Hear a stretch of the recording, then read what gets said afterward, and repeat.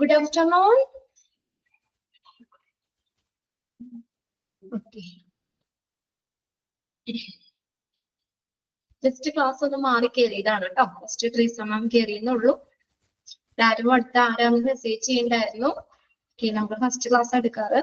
First 3 sum carry no look. Okay. Pinne ഒരു class ഒക്കെ കഴിഞ്ഞിട്ട് ഏത് ചാപ്റ്റർ ആണെന്നാ മോർച്ചറി എടുത്തോണ്ടിരിക്കുന്നത് മോർച്ചറി ആണ് കേട്ടോ. ഓക്കെ, ഒരു ക്ലാസ് ഒക്കെ കഴിഞ്ഞിട്ട് ജസ്റ്റ് പെട്ടെന്ന് ഒന്ന് മുഖമൊക്കെ ഒന്ന് ഫ്രഷ് ചെയ്തിട്ടിരിക്കുക കേട്ടോ. ഭയങ്കര ചൂടല്ലേ, ചൂടെടുക്കണ്ട എല്ലാവർക്കും. ഒന്ന് കൂളായിട്ട് ഇത്തിരി വെള്ളമൊക്കെ കുടിച്ച് ഒന്ന് ഫ്രഷ് ആയിട്ട് അടുത്ത ക്ലാസ്സിലേക്ക് ഇരിക്കുക കേട്ടോ. എന്തായാലും നിങ്ങൾക്ക് ഒരു 2-3 മിനിറ്റ് സമയം കിട്ടുമല്ലോ. ഓക്കെ ഓക്കെ, ഇനി നമ്മളിപ്പോ കഴിഞ്ഞ ക്ലാസ്സിൽ ടൈപ്പ് ഓഫ് മോർച്ചറീസാ പറഞ്ഞത് അല്ലേ? വെയിറ്റിംഗ് മോർച്ചറി പറഞ്ഞു, ദെൻ ഹോസ്പിറ്റൽ മോർച്ചറി പറഞ്ഞു, മൂന്നാമത്തെ പ്രൈവറ്റ് മോർച്ചറി. അത്രയല്ലേ കഴിഞ്ഞ ക്ലാസ്സിൽ നമ്മൾ തീർത്തത്? ഓക്കെ അല്ലേ? യെസ്. ഇനി നെക്സ്റ്റ് സെക്ഷൻ നമ്മൾ നോക്കുന്നത് മെയിൻറ്റെയിൻ ദ മോർച്ചറി എൻവയോൺമെന്റ്.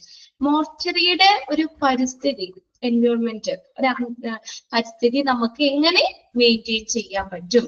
അപ്പൊ എന്തൊക്കെ കാര്യങ്ങളാണ് നമ്മൾ ശ്രദ്ധിക്കേണ്ടത് നോക്കി. The mortuary occupancy register is updated precisely. Precisely എന്ന് പറഞ്ഞാൽ എന്താ? കൃത്യമായും. The mortuary occupancy register is updated precisely. അപ്പൊ നമ്മള് മോർച്ചറി ഓക്യുപ്പൻസി രജിസ്റ്റർ എന്ന് പറഞ്ഞ എന്താ?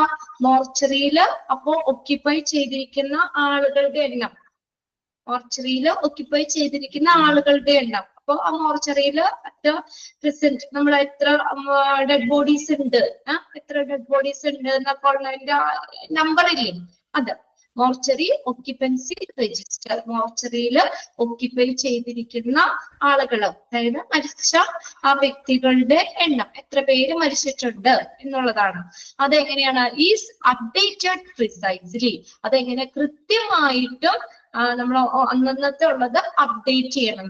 ഓരോ ദിവസവും അവിടെ ഉള്ള ആളുകളുടെ, മരിച്ച ആളുകളുടെ ഒരു റെക്കോർഡ്, എത്ര പേര് ഓരോ ദിവസവും ഡേറ്റ് ഇട്ട് തന്നെ നമ്മുടെ എത്ര ആളുകളുണ്ട് എന്നുള്ളതാണ് മോർച്ചറി ഓക്യുപ്പൻസി രജിസ്റ്ററിൽ വരുന്നത്. അപ്പൊ അത് കറക്റ്റ് ആയിട്ട് തന്നെ എന്ത് ചെയ്യുക? അപ്ഡേറ്റ് ചെയ്യുക. Okay, mortuary occupancy register is updated precisely. Precisely എന്ന് പറഞ്ഞാൽ കൃത്യമായും. Next, the necessary temperature of the mortuary is observed and sustained.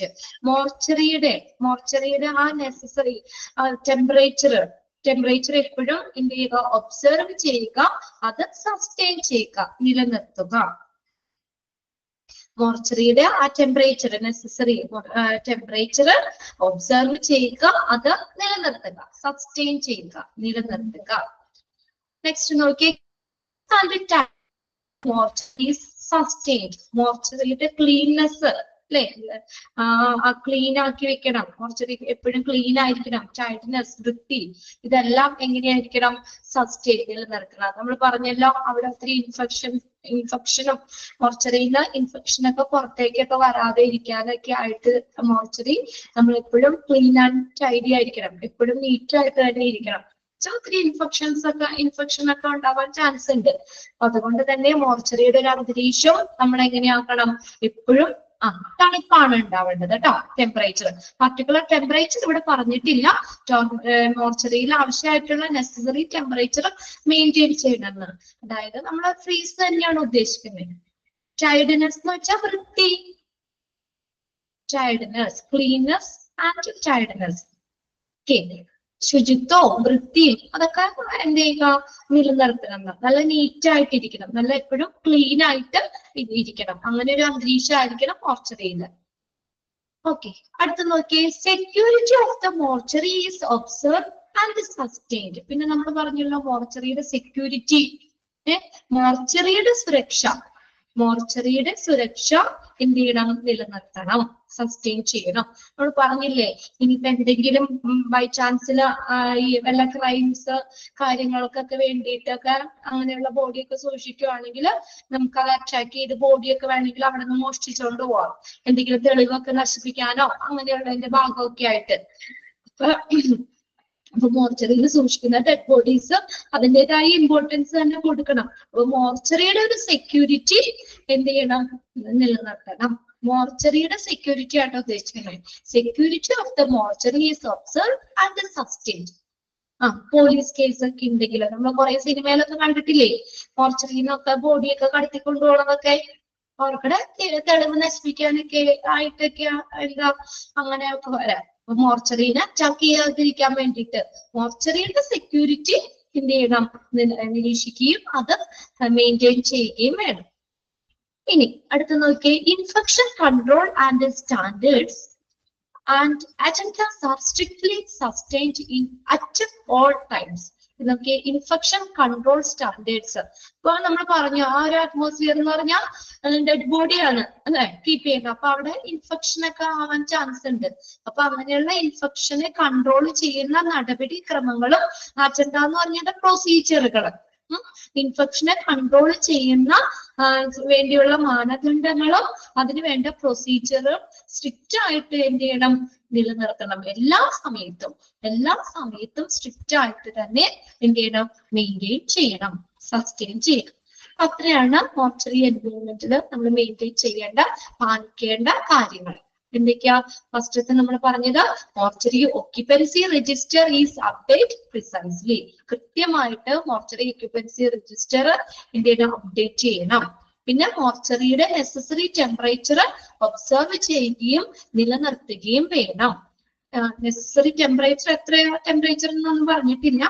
ആവശ്യമായിട്ടുള്ള ടെമ്പറേച്ചർ, അത്യാവശ്യമായിട്ടുള്ള ടെമ്പറേച്ചർ നിലനിർത്തണം. Okay, the cleanness and the tidiness of the mortuary is sustained. Cleanness, tidiness ഇതൊക്കെ നിലനിർത്തണം. പിന്നെ മോർച്ചറിയുടെ സുരക്ഷ ഒബ്സർവ് ചെയ്യുകയും നിലനിർത്തുകയും വേണം. പിന്നെ ഇൻഫെക്ഷൻ കൺട്രോൾ സ്റ്റാൻഡേർഡുകൾ, ഇൻഫെക്ഷനെ കൺട്രോൾ ചെയ്യാനുള്ള മാനദണ്ഡങ്ങളും അജണ്ടകളും എങ്ങനെയാ സ്ട്രിക്റ്റ് ആയിട്ട് എല്ലാ സമയത്തും തന്നെ നിലനിർത്തണം. ക്ലിയർ ആയോ? പോയിന്റ്സുകളും ഒന്ന് നോക്കി വെക്കണം കേട്ടോ. ഓക്കെ, ഇനി അടുത്തത് ഓട്ടോപ്സി ആണ്. നമ്മൾ കേട്ടിട്ടുള്ള ഒരു വേർഡ് തന്നെയാണ്. എന്താ ഓട്ടോപ്സി എന്ന് പറയുന്നത്? പോസ്റ്റ്മോർട്ടം ആണ് കേട്ടോ. പോസ്റ്റ്മോർട്ടത്തിന് പറയുന്ന മറ്റൊരു പേരാണ് ഓട്ടോപ്സി എന്ന് പറയുന്നത്. ഓക്കെ, ഹോസ്പിറ്റലുകളിൽ നമ്മൾ പോസ്റ്റ്മോർട്ടം ചെയ്യില്ലേ? മരിച്ചതിന് ശേഷം എന്താ പോസ്റ്റ്മോർട്ടം? പോസ്റ്റ്മോർട്ടം എന്താ? പോസ്റ്റ്മോർട്ടം എന്താ? അല്ലെ എന്താ ഓട്ടോപ്സി എന്ന് പറഞ്ഞ? സെക്ഷൻ, അതായത് നമ്മുടെ ബോഡി എന്ത് ചെയ്യുന്നു, മരിച്ചതിന് ശേഷം എക്സാമിൻ ചെയ്യുകയാണ് അല്ലെ. കീറി മുറിച്ച് നമ്മൾ എന്താണ്, എന്ത് രോഗം, അത് പല ഇതിന് ചെയ്യാം. നമുക്ക് രോഗം കണ്ടുപിടിക്കാനായിട്ട്, അല്ലെങ്കിൽ തെളിവെടുപ്പിനായിട്ട്, ഫോറൻസിക് നമ്മുടെ കേസിന്റെ ഭാഗമൊക്കെ ആയിട്ട് എങ്ങനെയാണ് മരിച്ചത് എന്നൊക്കെ അറിയാനൊക്കെ ആയിട്ട് പോസ്റ്റ്മോർട്ടം ചെയ്യണം അല്ലെ. ബോഡി അങ്ങനെ അസ്വാഭാവിക മരണമാണോ, നോർമൽ ഡെത്ത് ആണോ എന്താന്നൊക്കെ അറിയാനായിട്ട് എന്തായാലും നമ്മള് പോസ്റ്റ്മോർട്ടം ചെയ്യും ബോഡീസ്. ഇപ്പൊ നോക്കിയേ, ഓട്ടോപ്സി എന്ന് പറഞ്ഞാൽ an examination of the body after death. ഒന്ന് എഴുതി വെച്ചോട്ടെ, അത് ഇതൊരു പ്രാവശ്യം എക്സാമിന് ചോദിച്ചിട്ടുണ്ട്. An examination of A body, an examination of A body after death. After death. After death. എന്തിനാ അങ്ങനെ എക്സാമിൻ ചെയ്യുന്നേ? യഥാർത്ഥ കാരണം അല്ലെ, മരണ കാരണം എന്താണ് എന്ന് കണ്ടുപിടിക്കാൻ വേണ്ടി ചെയ്യുന്നതാണ് പോസ്റ്റ്മോർട്ടം അല്ലെ. To determine exact cause of death. എന്താണ് യഥാർത്ഥ മരണ കാരണം എന്ന് കണ്ടുപിടിക്കാൻ വേണ്ടി മരിച്ചതിന് ശേഷം ഒരു ബോഡി എക്സാമിൻ ചെയ്യുന്നതിനെയാണ് എന്തെന്ന് പറയുന്ന ഓട്ടോപ്സി അല്ലെങ്കിൽ പോസ്റ്റ്മോർട്ടം എന്ന് പറയുന്നത്. And examination of A body after death ആണ് autopsy. An examination of a body after death. You know, okay, autopsy literally meaning self study of corpse. Corpse എന്ന് പറഞ്ഞാൽ എന്താ? മൃതദേഹം. Corpse, മൃതദേഹം, ആ നമ്മുടെ ഡെഡ് ബോഡി അല്ലെങ്കിൽ മൃതദേഹം സെൽഫ് സ്റ്റഡി നടത്തുകയാണ് അല്ലെ. എന്താണ് മരണ കാരണം, എന്ത് കാരണം കൊണ്ടാണ് മരിച്ചതെന്നൊക്കെ അറിയാൻ വേണ്ടി ആ ബോഡി എക്സാമിൻ ചെയ്യാണ്. സെൽഫ് സ്റ്റഡി ഓഫ് കോർപ്സ് അങ്ങനെ ചോദിക്കാം കേട്ടോ. അതിനെ ഓട്ടോപ്സി എന്ന് പറയാം. Autopsy literally meaning self study of A corps. Corps എന്ന് പറഞ്ഞാൽ മൃതദേഹം. Is carried out from clinical as well as medico legal purposes. അപ്പൊ ഇത് എന്തിനാ നടത്തുന്നത്? ഈ ഓട്ടോപ്സി എന്തിനാ നടത്തുന്നത്? ബോത്ത് ക്ലിനിക്കൽ പർപ്പസ്, ചികിത്സാപരമായിട്ടുള്ള ആവശ്യങ്ങൾക്ക് നടത്തുന്നുണ്ട്. അതായത് എന്ത് രോഗം മൂലമാണ് മരിച്ചത്, എന്താണ് രോഗകാരണം, അതിന് മരണം സംഭവിക്കാനുള്ള രോഗം എന്ത് രോഗമാണെന്നൊക്കെ കണ്ടുപിടിക്കാൻ ക്ലിനിക്കൽ ചികിത്സാപരമായിട്ടുള്ള ആവശ്യത്തിന് വേണ്ടിയിട്ട്. അപ്പൊ എന്താണ് യഥാർത്ഥത്തില് എന്ത് രോഗമായിരുന്നു എന്നൊക്കെ കണ്ടുപിടിക്കാനൊക്കെ ക്ലിനിക്കൽ പർപ്പസിന് വേണ്ടി ചെയ്യുന്നുണ്ട്. As well as medico legal purpose, both medical and legal purpose. അതായത് കേസ് തെളിയിക്കാനായിട്ട്, മരണത്തിന്റെ യഥാർത്ഥ കാരണം കണ്ടുപിടിക്കാൻ, കുറ്റകൃത്യമൊക്കെ കണ്ടെത്താനായിട്ട് ആ ഒരു പർപ്പസിനും നമ്മൾ ഓട്ടോപ്സി നടത്തുന്നുണ്ട്. ക്ലിനിക്കൽ പർപ്പസിനും ഉണ്ട്, മെഡിക്കോ ലീഗൽ പർപ്പസിനും ഓട്ടോപ്സി നടത്തുന്നുണ്ട്. Autopsy is carried out for clinical as well as medico legal purpose. Okay, clinical purpose ചികിത്സാപരമായിട്ട്. അപ്പൊ അവിടെ എന്താ പോസ്റ്റ്മോർട്ടം ചെയ്യണതിന്റെ ഒരു ഉദ്ദേശം എന്ന് പറഞ്ഞാൽ മരണം എന്ത് രോഗം മൂലമാണ് മരിച്ചത്, രോഗത്തിന്റെ പതോളജി പഠിക്കാൻ, അതിനൊക്കെ വേണ്ടിയാണ് ക്ലിനിക്കൽ ഓട്ടോപ്സി ചെയ്യുന്നത്. പിന്നെ മെഡിക്കോ ലീഗൽ ഓട്ടോപ്സി ആണെങ്കിലോ, അപ്പോ ഇപ്പോ നമ്മള് മർഡർ ആണെങ്കിൽ എങ്ങനെയാണ് എങ്ങനെയാണ് കൊല്ലപ്പെട്ടത് അല്ലെ, അതിന്റെ കേസിന്റെ ഭാഗമായിട്ട്, കേസ് തെളിയിക്കുന്നതിന്റെ ഭാഗമായിട്ട് നമുക്ക് ബോഡി എക്സാമിൻ ചെയ്യുമ്പോൾ അതിൽ നിന്ന് കുറച്ച് തെളിവുകളൊക്കെ കിട്ടുമല്ലോ. അപ്പൊ അങ്ങനെ ആ ഒരു ആവശ്യത്തിന് മെഡിക്കോ ലീഗൽ പർപ്പസിനും വേണ്ടിയിട്ട് എന്ത് ചെയ്യുന്നുണ്ട്, ഓട്ടോപ്സി ചെയ്യുന്നുണ്ട്. അപ്പൊ നമുക്ക് അതിനകത്ത് 2 ടൈപ്പ് ഓട്ടോപ്സി പഠിക്കാനുണ്ട്. ഏതൊക്കെയാണ്? ക്ലിനിക്കൽ ഓട്ടോപ്സി ഉണ്ട്, മെഡിക്കോ ലീഗൽ ഓട്ടോപ്സി ഉണ്ട്. ഇനി ക്ലിനിക്കൽ ഓട്ടോപ്സി എന്ന് പറഞ്ഞാൽ എന്താ? Loosely termed as pathological autopsy. ഒന്ന് അണ്ടർലൈൻ ചെയ്തിട്ടേ. Clinical autopsy is also known as pathological autopsy. Pathological autopsy is carried out to diagnose the disease. നമുക്ക് ആ രോഗം എന്താണെന്ന് കണ്ടെത്താനായിട്ട്, ഡയഗ്നോസ് ചെയ്യാൻ, നിർണ്ണയിക്കുന്നതിന് വേണ്ടിയിട്ട് ഈ ക്ലിനിക്കൽ ഓട്ടോപ്സി ചെയ്യും. Is carried out to diagnose the disease. അത് എക്സാമിന് ചോദിച്ചിട്ടുണ്ട് കേട്ടോ, അണ്ടർലൈൻ ചെയ്തിട്ട്. Clinical autopsy is carried out to diagnose the disease. എന്തിനു വേണ്ടി ചെയ്യുന്നത്? ആ ഡിസീസ്, രോഗം എന്താണെന്ന് കണ്ടെത്തുന്നതിന് വേണ്ടിയിട്ട്, അല്ലെങ്കിൽ ഡയഗ്നോസ് ചെയ്യുന്നതിനാണ് ഈ ക്ലിനിക്കൽ ഓട്ടോപ്സി ചെയ്യുന്നത്. Then, which has led to mortality when anti-mortem effort have failed. അതായത് നമുക്ക് മരണത്തിന്റെ കാരണം എന്താണ്, which has led to mortality, ആ ഒരു മരണത്തിലേക്ക്, മരണത്തിന്റെ കാരണം എന്താണ്? When antemortem effort have failed. Antemortem എന്ന് പറഞ്ഞാൽ നമുക്ക് ആ മരണത്തിന് മുമ്പുള്ള ശ്രമങ്ങള് പരാജയപ്പെട്ടപ്പോൾ പോലും, എന്ന് വെച്ചാൽ എന്താ? മരണത്തിന് മുമ്പുള്ള ശ്രമങ്ങൾ പരാജയമാകുമ്പോ എന്ന് വെച്ചാൽ അപ്പൊ മരിക്കുന്നതിന് മുന്നേ കറക്റ്റ് എന്താ രോഗം എന്ന് കണ്ടെത്താൻ പറ്റിയിട്ടില്ല. മരിച്ചതിന് ശേഷം ആ ബോഡി എക്സാമിൻ ചെയ്തിട്ട് അല്ലെങ്കിൽ ഓട്ടോപ്സി നടത്തിയിട്ടാണ് നമ്മൾ ആ രോഗം കണ്ടുപിടിക്കുന്നത്. അപ്പൊ മരണത്തിന് മുന്നേ നമുക്ക് എന്താ രോഗം എന്താണെന്ന് കറക്റ്റ് ആയിട്ട് മനസ്സിലാക്കാൻ പറ്റിയില്ലെങ്കിൽ പോലും, എന്താണ്, മരണത്തിന് മുമ്പുള്ള ശ്രമങ്ങൾ പരാജയമാകുമ്പോൾ ഈ മരണത്തിലേക്ക് നയിക്കുന്ന രോഗം എന്താണെന്ന് കണ്ടെത്തുന്നതിന് വേണ്ടിയിട്ട് എന്ത് ചെയ്യുന്നുണ്ട്? ക്ലിനിക്കൽ ഓട്ടോപ്സി ചെയ്യാം. മരണ കാരണം കണ്ടെത്താൻ. അപ്പൊ അവര് എന്താ നോക്കുന്ന? ആകെ എന്ത് രോഗമാണ്, ഡിസീസ് എന്താണെന്ന് മാത്രമാണ് ആ ക്ലിനിക്കൽ ഓട്ടോപ്സിയിൽ ചെയ്യുന്നത്. അത് വെച്ചിട്ടാണ് ഓട്ടോപ്സി നടത്തുന്നത്. അതാണ് ലക്ഷ്യം, രോഗം നിർണ്ണയിക്കാൻ വേണ്ടിയിട്ട്. ഓക്കെ, എന്ത് രോഗമാണ്, എന്ത് രോഗം മൂലമാണ് ആ വ്യക്തി മരിച്ചത്. ചിലപ്പോ നമുക്ക് മരണത്തിന് മുന്നേ ചിലപ്പോ നമുക്ക് കറക്റ്റ് രോഗം അറിയാൻ പറ്റിയിട്ടുണ്ടാവില്ല അല്ലെ? കുറെ കേസുകളിൽ അങ്ങനെയില്ലേ? മരിച്ചതിന് ശേഷമായിരിക്കും ഇന്ന രോഗമായിരുന്നു എന്ന് അറിയുന്നത്, ഇല്ലേ? അങ്ങനെ ഇല്ലേ? മരണത്തിന് ശേഷമായിരിക്കും പോസ്റ്റ്മോർട്ടം ഒക്കെ നടത്തിയിട്ടായിരിക്കും ശരിക്കും യഥാർത്ഥത്തിൽ എന്തായിരുന്നു ആ വ്യക്തിക്കുള്ള രോഗം എന്ന് ചില കേസുകളിലൊക്കെ കണ്ടെത്തുന്നത്. അതാണ് മരണത്തിന് മുമ്പുള്ള ശ്രമങ്ങൾ പരാജയപ്പെട്ടപ്പോൾ പോലും രോഗത്തിന്റെ കാരണം എന്താണ് എന്ന് കണ്ടുപിടിക്കാനാണ് ക്ലിനിക്കൽ ഓട്ടോപ്സി ചെയ്യുന്നത്. അപ്പൊ ആ ലൈൻ ഒന്ന് അണ്ടർലൈൻ ചെയ്തത് കേട്ടോ. Clinical autopsy is carried out to diagnose the disease. അത്രയും അണ്ടർലൈൻ ചെയ്തത്. രോഗം എന്താണെന്ന് ഡയഗ്നോസ് ചെയ്യാം. ഇനി അടുത്ത നോക്കിയേ, purpose of clinical autopsy. Purpose of clinical autopsy. Clinical ഓട്ടോപ്സിയുടെ പർപ്പസ്, ഉദ്ദേശം എന്താണ്, എന്തിനു വേണ്ടിയാ ചെയ്യുന്നത്? To establish the nature of disease which has led to death when antemortem attempt have failed. Okay, ആദ്യം നമ്മൾ പറഞ്ഞത് തന്നെയാണ് to establish the nature of disease.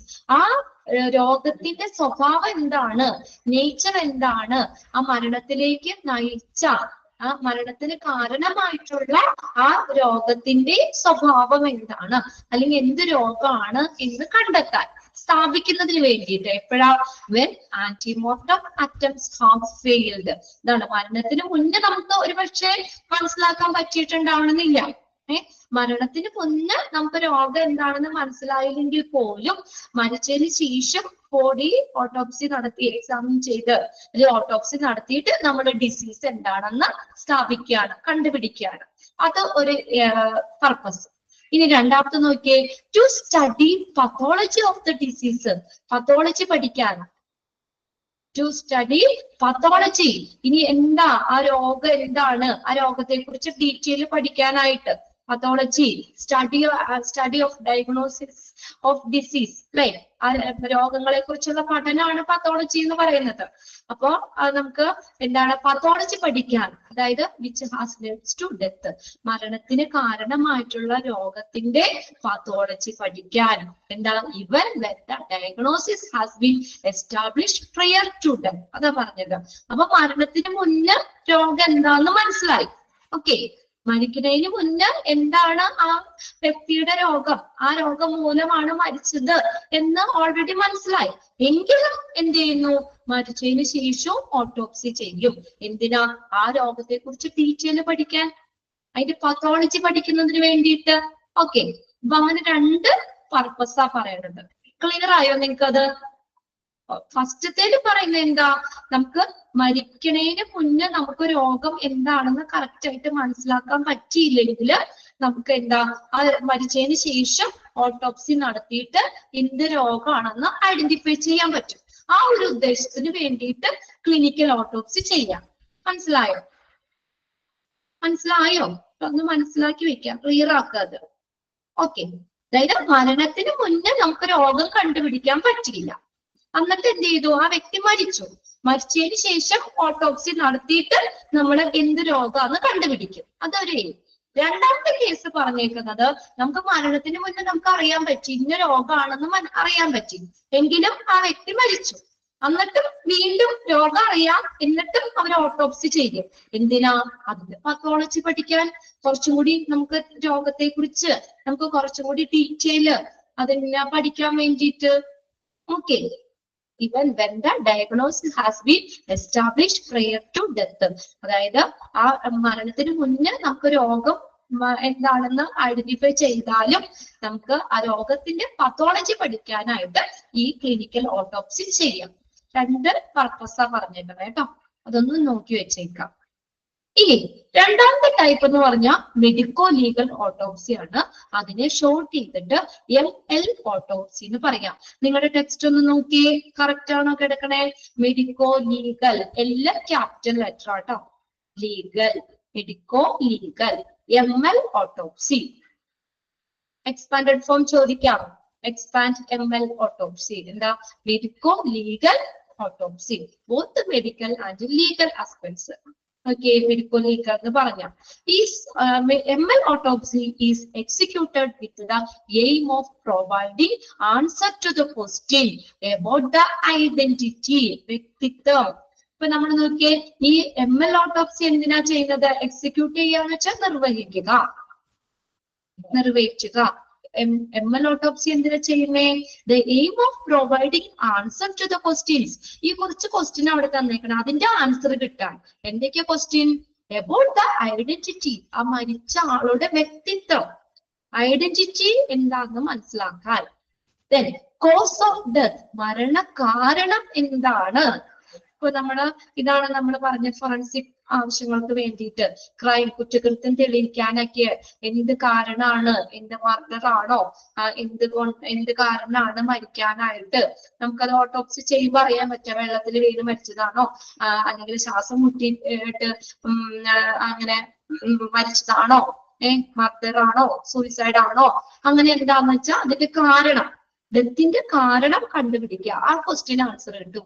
Time of death, മരിച്ച സമയം കണ്ടുപിടിക്കാൻ. എപ്പോഴാണ് നമ്മൾ ഓട്ടോപ്സി ചെയ്തിട്ട് പറയില്ലേ, മരണം നടന്നിട്ട് ഏകദേശം ഒരു 2 മണിക്കൂറായി, അല്ലെ? ഓട്ടോപ്സി ചെയ്ത് അറിയാൻ പറ്റും മരിച്ചിട്ട് എത്ര സമയമായിന്ന് കറക്റ്റ് അറിയാൻ പറ്റും. അപ്പൊ അത് വെച്ചിട്ട് നമുക്ക് കുറ്റകൃത്യം കണ്ടുപിടിക്കാം, അല്ലെ? അപ്പൊ ആ 2 മണിക്കൂർ, ഇപ്പൊ പറയാണ് മരിച്ചിട്ട് 2 മണിക്കൂറായി, അപ്പൊ ആ 2 മണിക്കൂറിനുള്ളില് എന്താ അവിടെ അടുത്തൊക്കെ നമ്മൾ അങ്ങനെ എന്തെങ്കിലും സംഭവങ്ങൾ ഉണ്ടായിട്ടുണ്ടോ, എന്തെങ്കിലും റിപ്പോർട്ട് ചെയ്തിട്ടുണ്ടോ എന്നൊക്കെ നോക്കാം. അതൊരു പ്രധാന ഇതല്ലേ മരിച്ച സമയം എന്നുള്ളത്. എത്ര മണിക്കൂറായി മരിച്ചത്, ആ ടൈം ഓഫ് ഡെത്ത്, അത് അതിനുള്ള ആൻസർ കിട്ടാൻ. സിറ്റുവേഷൻ ഓഫ് ദ ഡെത്ത്, അതാണ് ആ സാഹചര്യം, മരണത്തിലേക്ക് നയിച്ച സാഹചര്യം മനസ്സിലാക്കാം. സിറ്റുവേഷൻ, അതായത് ഇപ്പൊ നമ്മൾ പറഞ്ഞു വെള്ളത്തിൽ വീണിട്ടാണോ മരിച്ചത്, മറ്റേ ഇങ്ങനെ മുക്കി കൊന്നതാണോ, അല്ലെങ്കിൽ എന്താ പറയാ ശ്വാസം മുട്ടിച്ച് കൊന്നതാണോ, അങ്ങനെയൊക്കെ. ആ സിറ്റുവേഷൻ എന്താണ്, ഡെത്തിന്റെ സിറ്റുവേഷൻ എന്താണ്, സാഹചര്യം എന്താണെന്ന് മനസ്സിലാക്കാൻ തുടങ്ങിയ ചോദ്യങ്ങൾക്ക് ഉത്തരം കിട്ടുക എന്ന ഉദ്ദേശത്തോടു കൂടി ചെയ്യുന്നതാണ് മെഡിക്കോ ലീഗൽ ഓട്ടോപ്സി എന്ന് പറയുന്നത്. എക്സിക്യൂട്ടഡ് എന്തിനു വേണ്ടി ചെയ്യുന്നത്? The aim of providing answer to the question, ഈ ക്വസ്റ്റ്യൻസിനൊക്കെ ഉത്തരം കിട്ടുക എന്നുള്ള ഉദ്ദേശത്തോടു കൂടിയാണ് ചെയ്യുന്നത്. ഏതൊക്കെയാണ്? മരിച്ച ആളുടെ ഐഡന്റിറ്റി, കോസ് ഓഫ് ഡെത്ത്, കാരണം, മരണത്തിന്റെ കാരണം, ടൈം ഓഫ് ഡെത്ത്, മരിച്ചിട്ട് എത്ര സമയമായി, സിറ്റുവേഷൻ ഓഫ് ദ ഡെത്ത്, മരണത്തിന്റെ സാഹചര്യം. ഇങ്ങനെയുള്ള ക്വസ്റ്റ്യൻസിന് ആൻസർ കിട്ടുക എന്ന ഉദ്ദേശത്തോടു കൂടി നിർവഹിക്കുന്നതാണ് ഈ ML autopsy. Etcetera is benefiting the, ഇത് ആർക്ക് ബെനിഫിറ്റിംഗ് ആണ്? Law enforcing agencies to settle the crime, crimes set ചെയ്യാനായിട്ട് ലോ എൻഫോഴ്സിംഗ് ഏജൻസികൾക്ക് ഈ ML ഓട്ടോപ്സി പ്രയോജനപ്രദമാണ്. അണ്ടർലൈൻ ചെയ്തിട്ടത് is benefiting law enforcing agencies to settle the crime. Okay. കുറ്റകൃത്യം തീർപ്പാക്കുന്നതിന് വേണ്ടിയിട്ട് ഈ ലോ എൻഫോഴ്സിംഗ് ഏജൻസിക്ക് ഈ ML ഓട്ടോപ്സി ചെയ്യുന്നത് വളരെയധികം പ്രയോജനപ്രദമാണ്, അവർക്ക് ബെനിഫിഷ്യൽ ആണ്. ക്ലിയർ ആയോ അത്? ML ഓട്ടോപ്സി അപ്പൊ അത്രയും നമ്മൾ പറഞ്ഞില്ലേ, അതൊന്ന് അണ്ടർലൈൻ ചെയ്തിട്ടേ കേട്ടോ എന്തിനൊക്കെ ആൻസർ കിട്ടുന്നു എന്നുള്ളത്. ഐഡന്റിറ്റി മനസ്സിലാക്കാൻ പറ്റും, cause of death, time of death, situation of death തുടങ്ങിയ ചോദ്യങ്ങൾക്ക് ഉത്തരം കിട്ടുക എന്നുള്ള ലക്ഷ്യത്തോടു കൂടി ചെയ്യുന്നതാണ് ML ഓട്ടോപ്സി. അത് ആർക്ക് പ്രയോജനപ്രദമാണ്? Law enforcing ഏജൻസീസിന്. എന്തിനു വേണ്ടി? ടു സെറ്റിൽ ക്രൈം, കുറ്റകൃത്യം സെറ്റിൽ ചെയ്യാനായിട്ട് ലോ എൻഫോഴ്സിംഗ് ഏജൻസികൾക്ക് ബെനിഫിഷ്യൽ ആണ്. ക്ലിയർ ആയോ? Okay.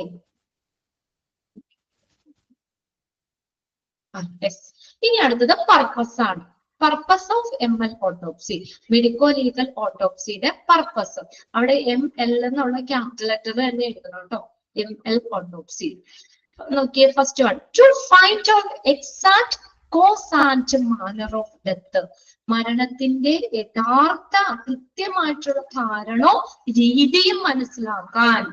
To find out exact cost, യഥാർത്ഥ കാരണം, ആൻഡ് മാനർ ഓഫ് ഡെത്ത്, ഏതാണ് അതിന്റെ രീതി, എങ്ങനെയാണ് മരിച്ചത്, അല്ലെ? ഒത്തിരി സിനിമയിലൊക്കെ നമ്മൾ കണ്ടിട്ടില്ലേ, അല്ലെ? കുറ്റകൃത്യമൊക്കെ തെളിയിക്കാനായിട്ട് ഓട്ടോപ്സി, അതിന്റെ പോസ്റ്റ്മോർട്ടം റിപ്പോർട്ട് വെച്ചിട്ട് നമുക്ക് ഏത് രീതിയിലാണ്, ഇതുപോലെ തന്നെ നമുക്ക് എന്താ പറയാ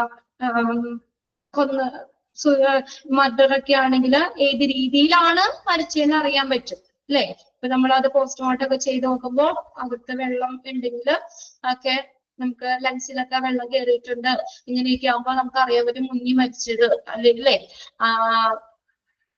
മരിച്ചത് എങ്ങനെയാന്ന്, അല്ലെങ്കിൽ ഇപ്പൊ അതൊക്കെ വെച്ചിട്ട് ഒത്തിരി സിനിമകൾ തന്നെയുണ്ട് അല്ലെ, അതിനെ ബേസ് ചെയ്തിട്ട് കുറ്റകൃത്യങ്ങളൊക്കെ നമ്മൾ തെളിയിക്കുന്നത്. അപ്പൊ അതിനകത്ത് പറഞ്ഞേക്കുന്നത് ഒന്നാമത്തെ പർപ്പസ് എന്താ, യഥാർത്ഥ കാരണവും അതുപോലെ രീതിയും, മരണത്തിന്റെ രീതി, ഏത് രീതിയിലാണ് മരിച്ചത് എന്നുള്ളത് കണ്ടുപിടിക്കാൻ. Second one, two establish identity of the deceased, മരിച്ച ആളുടെ വ്യക്തിത്വം എന്ത് ചെയ്യാൻ സ്ഥാപിക്കാനായിട്ട്. ഐഡന്റിറ്റി, മരിച്ച ആളുടെ ഐഡന്റിറ്റി, വ്യക്തിത്വം സ്ഥാപിക്കാനായിട്ട്. മരിച്ച ആളുടെ ഐഡന്റിറ്റി സ്ഥാപിക്കാനായിട്ട് അല്ലെ. പോസ്റ്റ്മോർട്ടം ഒക്കെ ചെയ്ത് നോക്കി കഴിയുമ്പോൾ അറിയാൻ പറ്റും. ഇപ്പൊ നമ്മള് ശരിക്കും സാധാരണ രീതിയിൽ ഐഡന്റിഫൈ ചെയ്യാൻ പറ്റാത്ത ബോഡീസ് ഒക്കെ ഈ പോസ്റ്റ്മോർട്ടം ഒക്കെ നടത്തി കഴിയുമ്പോൾ അവർക്ക് അറിയാൻ പറ്റും. ഐഡന്റിറ്റി, വ്യക്തിത്വം ആരാണെന്നൊക്കെ നമുക്ക് കണ്ടുപിടിക്കാനൊക്കെ പറ്റുമല്ലോ. ഇപ്പൊ അർജുന്റെ ഒക്കെ കേസ് നമ്മൾ അത്രയും ദിവസം ബോഡി വെള്ളത്തിലൊക്കെ കടന്നിട്ട് കിട്ടിയിട്ടാണ്. അപ്പൊ നമുക്ക് നേരെ നോക്കിക്കഴിഞ്ഞാൽ അർജുനാന്നൊന്നും അറിയാൻ പറ്റില്ല അല്ലെ. അതിനുശേഷം ആ ബോഡിയുടെ അവശിഷ്ടങ്ങളൊക്കെ എടുത്തിട്ട് അത് ഓട്ടോപ്സി ഒക്കെ നടത്തി നോക്കിക്കഴിഞ്ഞിട്ടാണ് ആ വ്യക്തി അർജുൻ തന്നെയാണോ എന്നുള്ളതൊക്കെ സ്ഥിരീകരിച്ചത് അല്ലെ. അവർക്കുടെ വ്യക്തിത്വം മനസ്സിലാക്കാൻ, ആരാണ് യഥാർത്ഥത്തിൽ മരിച്ചത്, ഇന്ന ആള് തന്നെയാണോ എന്നുള്ളതൊക്കെ സ്ഥാപിക്കാനായിട്ട്. യെസ്, അശ്വതി അവിടെ ഇട്ടുണ്ട്. ഓക്കെ. പിന്നെ ബോംബ് ബ്ലാസ്റ്റിംഗ്, ശരിയാ. ബോംബ് ബ്ലാസ്റ്റിംഗ് ഒക്കെ വരുമ്പോ നമ്മൾ ആളെ അറിയാൻ പറ്റില്ല, കയ്യും കാലും ഒക്കെ അവിടെ ഇവിടെ നിന്നൊക്കെ കിട്ടുന്നത് അല്ലെ. അപ്പൊ അതിന്റെ ബോഡിയുടെ പാർട്സ് ഉണ്ടെങ്കിലും അത് വെച്ചിട്ട് നമ്മൾ നോക്കി കഴിയുമ്പോൾ അറിയാൻ പറ്റും ആരാണ് മരിച്ചതെന്ന്, അവരുടെ ഒരു ഐഡന്റിറ്റി തെളിയിക്കാനായിട്ട്. അടുത്ത നോക്കിയ മൂന്നാമത്തെ പോയിന്റ് എന്താ, to find out time since death. കണ്ടോ, എത്ര സമയമായി മരിച്ചിട്ട്, മരണം സംഭവിച്ചിട്ട് എത്ര സമയമാണെന്ന് കണ്ടുപിടിക്കാൻ. അതൊക്കെ ശരിക്കും നമുക്ക് കേസിന്റെ ഒരു വലിയൊരു ഭാഗമല്ലേ അല്ലെ. കറക്റ്റ് ആയിട്ട് മരണം സംഭവിച്ചിട്ട് 5 മണിക്കൂറായി അല്ലെങ്കിൽ നമ്മൾ ഒരു 10 മണിക്കൂറായി, അപ്പൊ അത് വെച്ചിട്ട് അവർക്ക് കേസ് മുന്നോട്ട് പോകാം അല്ലെ. ആ സമയത്തിനുള്ളിൽ അവിടെ ഇങ്ങനെയുള്ള റിപ്പോർട്ട് ചെയ്ത എന്തെങ്കിലും സംഭവങ്ങളോ അങ്ങനെയൊക്കെ വെച്ചിട്ട് നമുക്ക് കേസ് തെളിയിക്കാൻ പറ്റും. അതൊരു വലിയൊരു ഇതാണ്, മരണം സംഭവിച്ചിട്ട് എത്ര സമയമായെന്ന് കണ്ടുപിടിക്കാനായിട്ട്. Okay, to find out time since death, മരണം സംഭവിച്ചിട്ട് എത്ര സമയമായെന്ന് കണ്ടുപിടിക്കാൻ. To collect the trace evidence, to collect trace evidence, എന്താ, യഥാർത്ഥമായിട്ടുള്ള തെളിവ് ശേഖരിക്കാൻ, എവിഡൻസ് കളക്ട് ചെയ്യാൻ അല്ലെ. ബോഡി എക്സാമിൻ ചെയ്യുമ്പോൾ അതിൽ നിന്ന് കുറെ തെളിവുകളൊക്കെ കിട്ടൂലേ അല്ലേ. ഇല്ലേ, നിങ്ങളൊന്നും സിനിമയൊന്നും കണ്ടിട്ടില്ലേ? ആരും സിനിമയൊന്നും കാണാത്ത പിള്ളേരാണോ? അല്ലേ. എവിഡൻസ് ശേഖരിക്കാനായിട്ട്. അപ്പൊ ബോഡി എക്സാമിൻ ചെയ്ത് കഴിയുമ്പോൾ അതിൽ നിന്ന് കുഞ്ഞു കുഞ്ഞു തെളിവുകൾ, എന്തെങ്കിലുമൊക്കെ തെളിവുകൾ ഉണ്ടാവും അല്ലെ. അത് വെച്ചിട്ടാണ് പിന്നെ കേസും കാര്യങ്ങളൊക്കെ ഇത് നമുക്ക് യഥാർത്ഥ പ്രതിനെ കണ്ടുപിടിക്കാനൊക്കെ പറ്റണം.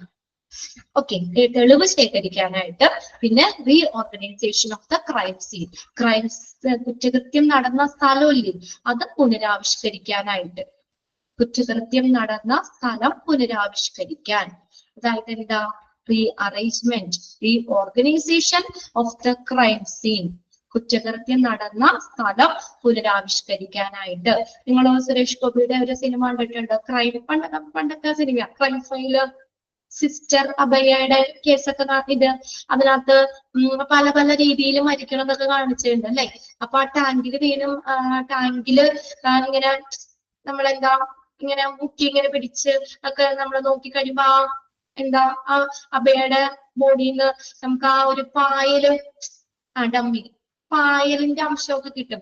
അപ്പൊ നമുക്കത് അത് വെച്ചിട്ട് ആ സംഭവം ആൽഗ ആ പായല് എവിടെയാണ് അല്ലെങ്കിൽ എവിടെ നിന്നാണെന്നൊക്കെ വെച്ചിട്ട് അങ്ങനെ ആ ഒരു എന്താ പറയാ ആ സീൻ ഒന്ന് പുനരാവിഷ്കരിക്കാൻ. അപ്പൊ ബോഡിന്ന് ആ കുറ്റകൃത്യം നടന്ന സ്ഥലത്തെ ബേസ് ചെയ്തിട്ട് എന്തെങ്കിലും തെളിവുകൾ ചിലപ്പോൾ കിട്ടും. അപ്പൊ അത് പുനരാവിഷ്കരിക്കാൻ വേണ്ടിയിട്ട്. അപ്പൊ അതിൽ നിന്ന് നമുക്ക് ഇന്ന സ്ഥലത്ത് വെച്ചിട്ടായിരിക്കും ഇത് സംഭവിച്ചത് എന്നുള്ളത് അറിയാൻ പറ്റും. ഓക്കെ, ക്ലിയർ ആയോ? അത് പർപ്പസ് അതൊന്ന് നോട്ട് ചെയ്തിട്ടോ കേട്ടോ. ഒരു പ്രാവശ്യം എക്സാമിന് ചോദിച്ചിട്ടുണ്ട്, പർപ്പസ് ഓഫ് ML ഓട്ടോപ്സി, അതിന്റെ പർപ്പസ് എന്താന്നുള്ളത്. ഓക്കെ, ഫസ്റ്റത്തെ എന്താ പറഞ്ഞേക്കണേ? To find out exact cause and manner of death. മരണത്തിന്റെ യഥാർത്ഥ കാരണവും രീതിയും മനസ്സിലാക്കാൻ. പിന്നെ മരിച്ച വ്യക്തിയുടെ identity, forensic film. Okay, forensic film. To establish identity of the disease. മരിച്ച ആളുടെ വ്യക്തിത്വം തെളിയിക്കാൻ. പിന്നെ അടുത്തത് മരണം സംഭവിച്ചിട്ട് എത്ര സമയമായി എന്ന് കണ്ടുപിടിക്കാൻ. പിന്നെ യഥാർത്ഥത്തിലുള്ള തെളിവുകൾ ശേഖരിക്കാൻ. പിന്നെ ക്രൈം സീന്, സംഭവം നടന്ന സ്ഥലം, അതിന്റെ പുനരാവിഷ്കരണം. ഇത്രയും കാര്യങ്ങളാണ് ഈ ML ഓട്ടോപ്സിയുടെ പർപ്പസ് എന്ന് പറയാം, ഉദ്ദേശം. ഇത്രയും കാര്യങ്ങളൊക്കെ ലക്ഷ്യമിട്ടുകൊണ്ടാണ് ഈ ML ഓട്ടോപ്സി ചെയ്യുന്നത്. 5 പോയിന്റ് നോട്ട് ചെയ്തിടാം കേട്ടോ. ഓക്കെ, ഇനി നോക്കിയേ. Even though the procedure of both the autopsy is same, procedure ഒക്കെ ഏകദേശം സെയിം ആണ്. ഒരെണ്ണം അത് നമ്മൾ ആ ഡിഫറൻസ് ഒന്ന് മനസ്സിലാക്കുക. ക്ലിനിക്കൽ ഓട്ടോപ്സി എന്തിനാ? ഡിസീസിന് മാത്രമാണ് അല്ലെ. എന്ത് രോഗമാണെന്ന് മാത്രം നമുക്ക് നോക്കാം, അതിന്റെ പതോളജി പഠിക്കുക എന്നുള്ളത് മാത്രമേ ഉള്ളൂ. എന്നാൽ ML ഓട്ടോപ്സി ആണ് ഈ ക്രൈം, നമുക്ക് ഫോറൻസിക് പരമായിട്ട് അല്ലെങ്കിൽ കുറ്റകൃത്യം നടന്ന കേസിന്റെ ഭാഗമായിട്ട് കേസ് തെളിയിക്കാനൊക്കെ ചെയ്യുന്നതാണ് ML ഓട്ടോപ്സി. അതൊരു ഡിഫറൻസ് നമ്മൾ പറഞ്ഞു. മറ്റത് ഡിസീസ് മാത്രം, ഡോക്ടേഴ്സിന് ഡിസീസ് അതിന്റെ പതോളജി ഒക്കെ മനസ്സിലാക്കാൻ വേണ്ടി ക്ലിനിക്കൽ ഓട്ടോപ്സി ചെയ്യുന്നത്. രണ്ടിന്റെ പ്രൊസീജിയർ സെയിം ആണ്. പ്രൊസീജിയർ രണ്ടും സെയിം ആണ്. They are dissimilar in some aspects. ചില വശങ്ങളില് അത് ഡിസിമിലർ ആണ്, വ്യത്യാസമുണ്ട്. Usually the clinical autopsy is performed. അത് ചോദിക്കാറുണ്ട് കേട്ടോ. ക്ലിനിക്കൽ ഓട്ടോപ്സി ആരാ പെർഫോം ചെയ്യുന്ന? ആരാ? പത്തോളജിസ്റ്റ് ആയിരിക്കും. Clinical autopsy is performed by dash. ആരാണ് ചെയ്യുന്നത്? ക്ലിനിക്കൽ ഓട്ടോപ്സി ചെയ്യുന്നത് പത്തോളജിസ്റ്റ് ആണ്. Then and ML autopsy is by a forensic expert. Forensic expert ആണ് ഈ ML ഓട്ടോപ്സി ചെയ്യുന്നത്. ഓക്കെ,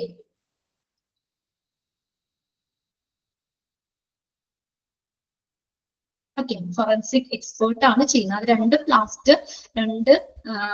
ലാസ്റ്റത്തെ സെന്റൻസ് അത് രണ്ടൊന്ന് അണ്ടർലൈൻ ചെയ്തെടുക്കുക. Clinical autopsy is performed by pathologist. ML autopsy is performed by forensic expert. Clear ആയോ? വലിയ കാര്യമുണ്ട്. ഫസ്റ്റ് നമ്മൾ ആ മോർച്ചറി എൻവയോൺമെന്റ് എങ്ങനെ നമ്മൾ മെയിൻറ്റെയിൻ ചെയ്യാം എന്നുള്ള കാര്യം 5 പോയിന്റ്സ് നോക്കി. പിന്നെ നമ്മൾ പറഞ്ഞത് ഓട്ടോപ്സി ആണ്. ഓട്ടോപ്സി എന്ന് പറഞ്ഞാൽ examination of the body after death. Autopsy അത് 2 ടൈപ്പ് ഓട്ടോപ്സി പറയുന്നുണ്ട്. ക്ലിനിക്കൽ ഓട്ടോപ്സി ഉണ്ട്, ഏതാണ് രണ്ടാമത്തെ ML ഓട്ടോപ്സി ഉണ്ട്. ക്ലിനിക്കൽ ഓട്ടോപ്സി എന്ന് പറഞ്ഞാൽ പത്തോളജി പഠിക്കാനാണ്, അല്ലെങ്കിൽ ഡിസീസ് രോഗകാരണം, എന്ത് രോഗം മൂലമാണ് മരിച്ചത്, രോഗത്തിന്റെ പത്തോളജി പഠിക്കാൻ വേണ്ടിയിട്ടാണ് ഈ നമ്മൾ ക്ലിനിക്കൽ ഓട്ടോപ്സി ചെയ്യുന്നത്. അതിന്റെ പർപ്പസ് 2 പോയിന്റ് ആയിട്ട് പറഞ്ഞു. പിന്നെ അടുത്ത ML autopsy, medico legal autopsy. അതെന്താ? കുറച്ച് ക്വസ്റ്റ്യൻസ് കണ്ടില്ലേ, അതൊന്ന് നോട്ട് ചെയ്യുക കേട്ടോ. അതിനൊക്കെ ആൻസർ കിട്ടുന്നതിന് വേണ്ടിയിട്ടാണ് ഈ ML ഓട്ടോപ്സി ചെയ്യുന്നത്. അതിന്റെ പർപ്പസ് പറഞ്ഞു, 5 പോയിന്റ് പറഞ്ഞു. പിന്നെ ലാസ്റ്റ് നമ്മൾ ഈ ക്ലിനിക്കൽ ഓട്ടോപ്സി പെർഫോം ചെയ്യുന്നത് പത്തോളജിസ്റ്റും, ML ഓട്ടോപ്സി ഫോറൻസിക് എക്സ്പേർട്ടുമാണ് ചെയ്യുന്നത്. ഇതിന്റെ ലാസ്റ്റ് സെക്ഷൻ ഇമ്പോർട്ടന്റ് ആണ് കേട്ടോ. ഇതിൽ നിന്ന് തന്നെ കുറച്ച് ക്വസ്റ്റ്യൻസ് നമുക്ക് എക്സാമിന് ചോദിക്കാം. ഓക്കെ, ഇത്രയും ക്ലിയർ ആയോ നിങ്ങൾക്ക്? നമ്മുടെ അപ്പൊ ഒരു മോർച്ചറി എന്ന് പറഞ്ഞ ചാപ്റ്റർ അവിടെ കഴിഞ്ഞു. ഇത്രയേ ഉള്ളൂ. ക്ലിയർ ആയോ? എല്ലാവർക്കും ഓക്കെ അല്ലേ? ബുദ്ധിമുട്ടൊന്നും ഇല്ലല്ലോ? നോട്ട് ചെയ്യാൻ പറഞ്ഞതൊക്കെ നോട്ട് ചെയ്തെടുക്കുക. പർപ്പസ് നോക്കണം, രണ്ടിന്റെയും പർപ്പസ് നോക്കണം. ക്ലിനിക്കൽ ഓട്ടോപ്സിയുടെയും ML ഓട്ടോപ്സിയുടെ പർപ്പസ് നോക്കണം. പിന്നെ ക്ലിനിക്കൽ ഓട്ടോപ്സി പെർഫോം ചെയ്ത് നിർവഹിക്കുന്നത് പത്തോളജിസ്റ്റും, ML ഓട്ടോപ്സി ഫോറൻസിക് എക്സ്പേർട്ടും ആണ് ചെയ്യുന്നത്. പിന്നെ ഓട്ടോപ്സി എന്താണെന്നുള്ളതും ചോദിച്ചിട്ടുണ്ട് കേട്ടോ. Okay,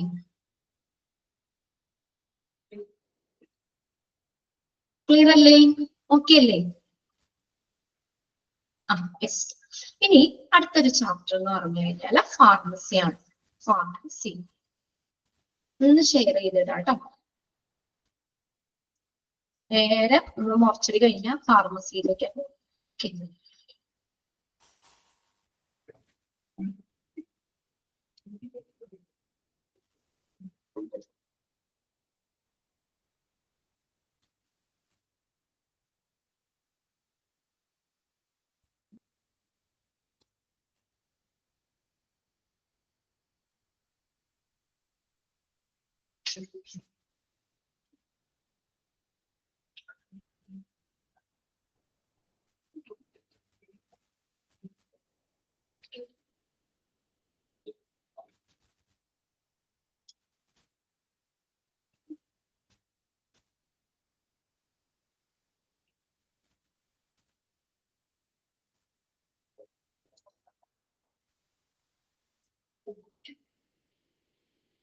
pharmacy. പേജ് നമ്പർ ഒന്ന് ഷെയർ ചെയ്തേ. ഫസ്റ്റ് പേജ് ആണെന്ന് തോന്നുന്നത് അല്ലെ, text. Okay, page number 1.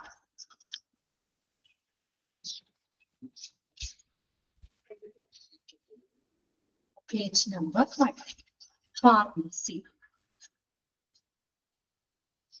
Okay, pharmacy എല്ലാവർക്കും പരിചയമുണ്ട്. ഫാർമസിയിൽ പോയിട്ടില്ലേ? ഫാർമസിയിൽ ഷെയർ ചെയ്തേക്കുന്ന സ്ക്രീൻ നിങ്ങൾക്ക് ഓക്കെ അല്ലേ, ക്ലിയർ അല്ലേ?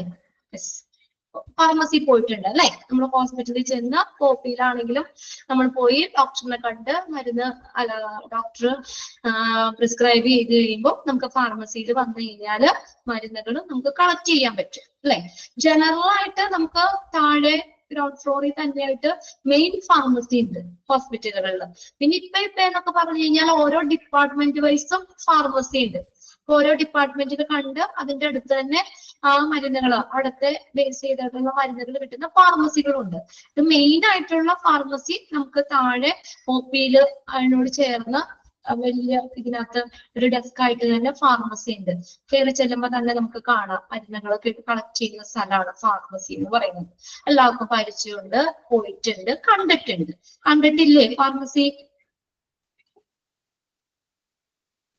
ഫാർമസി കണ്ടിട്ടില്ലേ? എന്തായാലും മരുന്നുകൾ കളക്ട് ചെയ്യുന്ന സ്ഥലമാണ്, അറിയാലോ നിങ്ങൾക്ക്. മെഡിസിൻസ് ഒക്കെ നമുക്ക് ഫാർമസിയിൽ നിന്നാണ് നമുക്ക് കിട്ടുന്നത് അല്ലെ.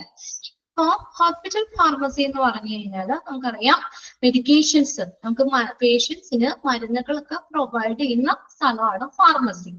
അപ്പൊ നമ്മുടെ ഹോസ്പിറ്റലിലെ പല ഡിപ്പാർട്ട്മെന്റുകൾ നമ്മൾ പഠിച്ചു അല്ലെ. CSSD, ബ്ലഡ് ബാങ്ക്, കുറേ ഡിപ്പാർട്ട്മെന്റ്. അങ്ങനെ നമുക്ക് ആ റേഡിയോളജി, അങ്ങനെയൊക്കെ ഓരോ ഡിപ്പാർട്ട്മെന്റുകളും ഇമ്പോർട്ടന്റ് ആയിട്ടുള്ള കുറെ ഡിപ്പാർട്ട്മെന്റ് പഠിച്ചു.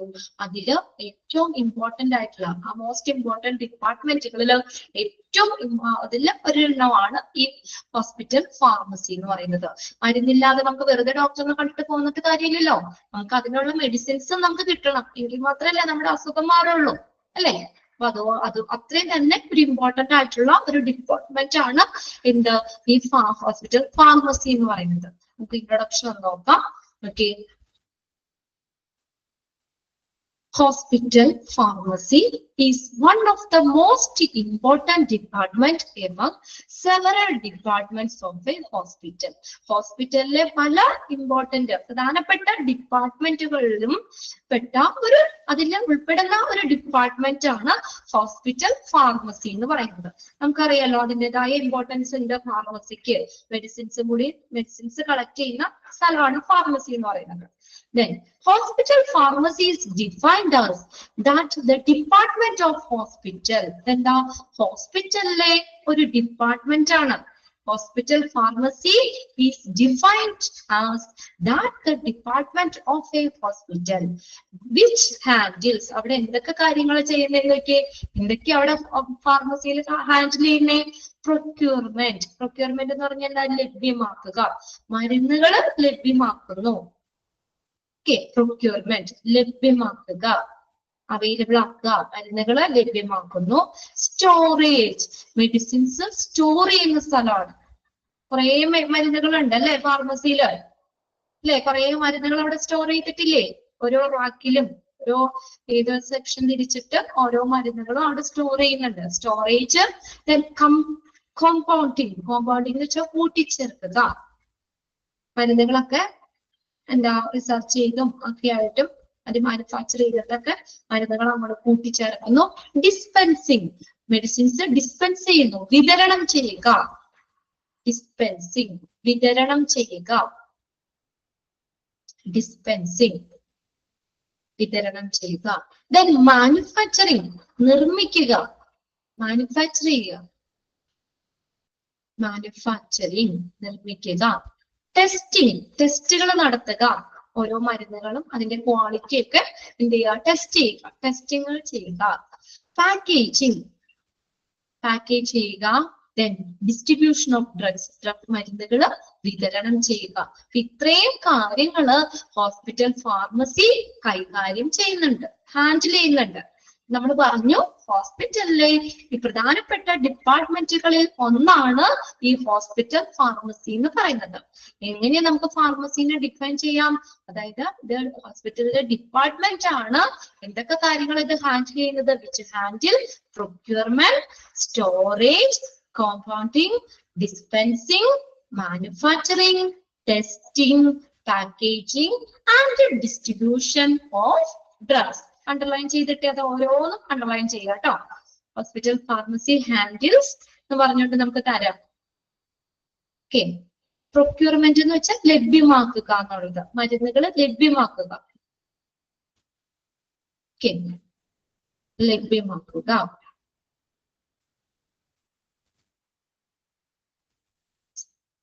സ്റ്റോറേജ്, സ്റ്റോർ ചെയ്യുക. കോമ്പൗണ്ടിങ്, കൂട്ടിച്ചേർക്കുക. ഡിസ്പെൻസിങ്, വിതരണം ചെയ്യുക. മാനുഫാക്ചർ ചെയ്യുക. ടെസ്റ്റിംഗ് നടത്തുക. പാക്കേജിങ്, ഡിസ്ട്രിബ്യൂഷൻ, വിതരണം നടത്തുക. ഇത്രയും കാര്യങ്ങളാണ് ഹോസ്പിറ്റൽ ഫാർമസി കൈകാര്യം ചെയ്യുന്നത്. It is also related to education and research in pharmaceutical services. Pharmaceutical സേവനങ്ങളുടെ വിദ്യാഭ്യാസം, എഡ്യൂക്കേഷൻ, റിസർച്ച്, ഗവേഷണം എന്നിവയുമായിട്ട് ഹോസ്പിറ്റൽ ഫാർമസി എന്ത് ചെയ്തിരിക്കുന്നു? ബന്ധപ്പെട്ടിരിക്കുന്നു. It is also related to education and research in pharmaceutical services. Pharmaceutical സർവീസുകൾ, ഫാർമസി നടത്തുന്ന സർവീസുകളുടെ എഡ്യൂക്കേഷനും റിസർച്ച്, ഗവേഷണവുമായി ബന്ധപ്പെട്ടിരിക്കുന്നു. ഹോസ്പിറ്റൽ ഫാർമസീസ് ഗവേൺഡ്, എക്സാമിന് ചോദിക്കാറുണ്ട് കേട്ടോ. ഹോസ്പിറ്റൽ ഫാർമസീസ് ഗവേൺഡ് ബൈ, ആരാ ഗവേൺ ചെയ്യുന്നത്? ആരാണ് നിയന്ത്രിക്കുന്നത് hospital pharmacy? By a professionally efficient and qualified pharmacist. Pharmacist ആണ് ഹോസ്പിറ്റൽ ഫാർമസി നിയന്ത്രിക്കുന്നത്. ആരെങ്കിലൊക്കെ ഫാർമസി കോഴ്സ് കഴിഞ്ഞവരുണ്ടോ? ഫാർമസിസ്റ്റ് ആയിട്ട് വർക്ക് ചെയ്യുന്നവരുണ്ടോ? നിങ്ങളുടെ 12th ബാച്ചിൽ 2-3 കുട്ടികൾ ഫാർമസിസ്റ്റ് ആയിട്ട് വർക്ക് ചെയ്യുന്നവരാണ്. ഉണ്ടോ? ഫാർമസിസ്റ്റ് ഉണ്ടോ നമ്മുടെ കൂട്ടത്തിൽ ആരെങ്കിലൊക്കെ? ഉണ്ടോ? ഇപ്പൊ hospital pharmacy is governed by, ആരാണ് ഗവേൺ ചെയ്യുന്നത്? നിയന്ത്രിക്കുന്നത് ആരാണ്? Efficient, professionally efficient and qualified. Efficient ആയിട്ടുള്ള, അതിൻ്റെതായ ക്വാളിഫിക്കേഷൻ ഉള്ള, ക്വാളിഫൈഡ് ആയിട്ടുള്ള ഫാർമസിസ്റ്റ് ആണ് ഹോസ്പിറ്റൽ ഫാർമസി ഗവേൺ ചെയ്യുന്നത്. അണ്ടർലൈൻ ചെയ്തോ ഫാർമസിസ്റ്റ് എന്നുള്ളത്? Hospital pharmacy is governed by pharmacist. ആരുമില്ല, ഫാർമസിസ്റ്റ് ആരുമില്ല നമ്മുടെ കൂട്ടത്തില്. ഫാർമസിസ്റ്റ് ഏതാ കോഴ്സ് പഠിക്കേണ്ടതെന്ന് അറിയാം? ബി ഫാമോ അല്ലെങ്കിൽ ഡി ഫാം കോഴ്സ് പഠിക്കണം. മിനിമം ക്വാളിഫിക്കേഷൻ ആട്ടോ പറഞ്ഞത്.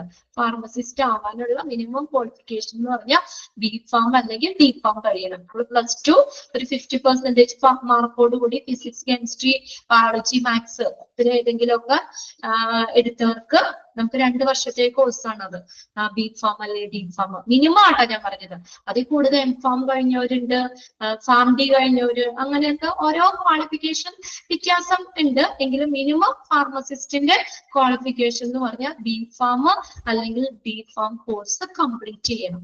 ഓക്കെ, അപ്പൊ അങ്ങനെ ഇത് ഗവേൺ ചെയ്യുന്നത്, ഫാർമസി ഗവേൺ ചെയ്യുന്നത് എഫിഷ്യന്റ് ആയിട്ടുള്ള, ക്വാളിഫൈഡ് ആയിട്ടുള്ള ഫാർമസിസ്റ്റ് ആണ്. ഓക്കെ, അതാ നോട്ട് ചെയ്തത് കേട്ടോ. Hospital pharmacists are accountable for the ordering, quality testing, storing and security of drugs and medicines in hospital. ഇനി ഫാർമസിസ്റ്റിന്റെ ഉത്തരവാദിത്വം എന്താ? Okay, the hospital pharmacists are accountable for എന്തിന്റെ ഉത്തരവാദിത്വം? ഓർഡറിങ്, മെഡിസിൻസ് ഓർഡർ ചെയ്യാൻ, ക്വാളിറ്റി ടെസ്റ്റിംഗ്, ക്വാളിറ്റി ടെസ്റ്റ് ചെയ്യാൻ, മെഡിസിൻസിന്റെ ഒക്കെ quality test ചെയ്യണമല്ലോ, quality test ചെയ്യാൻ. സ്റ്റോർ ചെയ്യാൻ, മെഡിസിൻസ് സ്റ്റോർ ചെയ്യാൻ. ആൻഡ് സെക്യൂരിറ്റി ഓഫ് ഡ്രഗ്സ്, മരുന്നിന്റെ സുരക്ഷ ഉറപ്പാക്കാൻ. And medicines, security of drugs and medicines in hospitals, മരുന്നുകളുടെ സുരക്ഷ ഉറപ്പാക്കാൻ. ചില മരുന്നുകൾ സെക്യൂർ ആയിട്ട് വെക്കണമല്ലോ.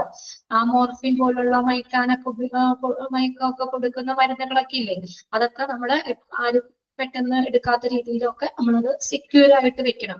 അങ്ങനെയുള്ള മരുന്നിന്റെയൊക്കെ സെക്യൂരിറ്റി ഒക്കെ ഹോസ്പിറ്റലിൽ ഉറപ്പാക്കുക. അതാണ് ഹോസ്പിറ്റൽ ഫാർമസിസ്റ്റിന്റെ ഉത്തരവാദിത്തം. ഒന്ന് അണ്ടർലൈൻ ചെയ്തത്, hospital pharmacist are accountable for dash. എന്താണ്? Ordering, quality testing, storing and the security of drugs and medicines in hospitals. They must also make sure an adequate supply of medicines. പിന്നെ എന്ത് കൂടി ചെയ്യണം അവർ അതിന്റെ കൂടെ? They must also make sure that ഉറപ്പുവരുത്തണം an adequate supply of medicines. മതിയായ മെഡിസിന്റെ supply അവര് ഉറപ്പാക്കണം. മതിയായ വിതരണവും അവര് ഉറപ്പാക്കണം. ഇപ്പൊ നമ്മൾ ഫാർമസിയിൽ ചെന്ന് കഴിഞ്ഞാല് നമുക്ക് മരുന്നുകൾ ആവശ്യത്തിന് നമുക്ക് ലഭ്യമാക്കണം അല്ലെ? അതിന്റെ സപ്ലൈ അഡിക്വേറ്റ്, മതിയായ സപ്ലൈ, മെഡിസിന്റെ സപ്ലൈ ഉറപ്പുവരുത്തണം. അപ്പൊ എല്ലാ മരുന്നുകളും അവിടെ ഓൾറെഡി അവിടെ ഫാർമസിയിൽ സ്റ്റോർ ചെയ്തിട്ടുണ്ടാവണം. അപ്പൊ അതിനനുസരിച്ച് നമുക്ക് അതിന് താമസമൊന്നും വരാനോ അല്ലെങ്കിൽ അങ്ങനെ പാടില്ല. അതുകൊണ്ട് സപ്ലൈ, മതിയായിട്ടുള്ള സപ്ലൈ അവര് ഉറപ്പാക്കണം. They must also make sure an adequate supply of medicines. അത്രയാണ് ഇൻട്രൊഡക്ഷനിൽ പറയുന്ന 4 പോയിന്റ്സ് ആയിട്ടാണ് കൊടുത്തേക്കുന്നത്. ഏതെങ്കിലും നിങ്ങൾക്ക് ഡൗട്ട് ഉണ്ടോ? ഏതെങ്കിലും പോയിന്റ് മനസ്സിലാവാത്തുണ്ടോ എന്ന് നോക്കി.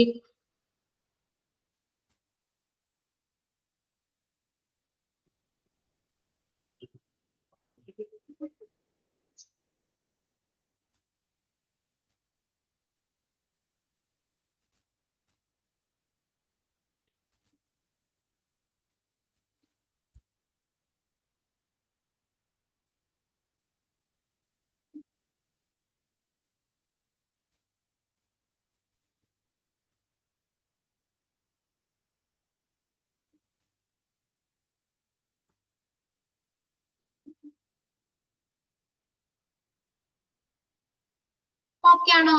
4 പോയിന്റ്സും ക്ലിയർ അല്ലേ നിങ്ങൾക്ക്?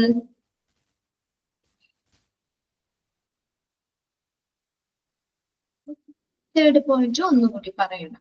ഓക്കെ, മൂന്നാമത്തെ പോയിന്റ്. ഓക്കെ, നോക്കിയേ.